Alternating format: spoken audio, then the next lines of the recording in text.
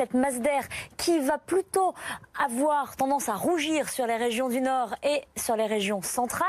Et dans un même temps, ce que l'on peut remarquer sur les images satellitaires, c'est la formation de cette dépression sur le nord-ouest du pays. On voit déjà des nuages qui s'amassent.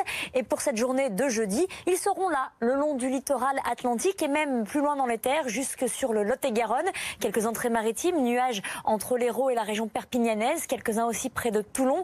Le ciel s'ennuagera à l'avant de la perturbation et le ciel bleu sera intact entre les frontières de l'Est et une bonne partie de la Méditerranée. L'après-midi, toujours ces orages assez désorganisés dans le sud-ouest et quelques-uns aussi éclateront au nord de la Seine.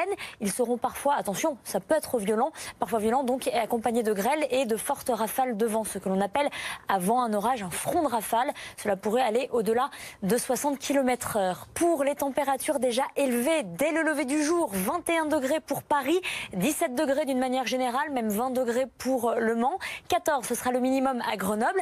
Et regardez l'après-midi cette montée en puissance. On aura du 35 degrés dans le nord du pays pour Tours, pour Paris, pour Reims, mais aussi pour Vichy, 30 degrés à Aurillac et ça commence à baisser par l'Atlantique avec 24 degrés à La Rochelle. Pour la suite, ces orages seront vite évacués. 3 fois rien pour vendredi dans le nord-est, à 31 à 34 degrés. Ce sera encore très élevé pour les températures avant de baisser avec une dégradation s'organisant par le sud samedi, puis remontant sur la totalité du pays pour dimanche avec des températures qui cette fois auront perdu 5 à 8 degrés partout.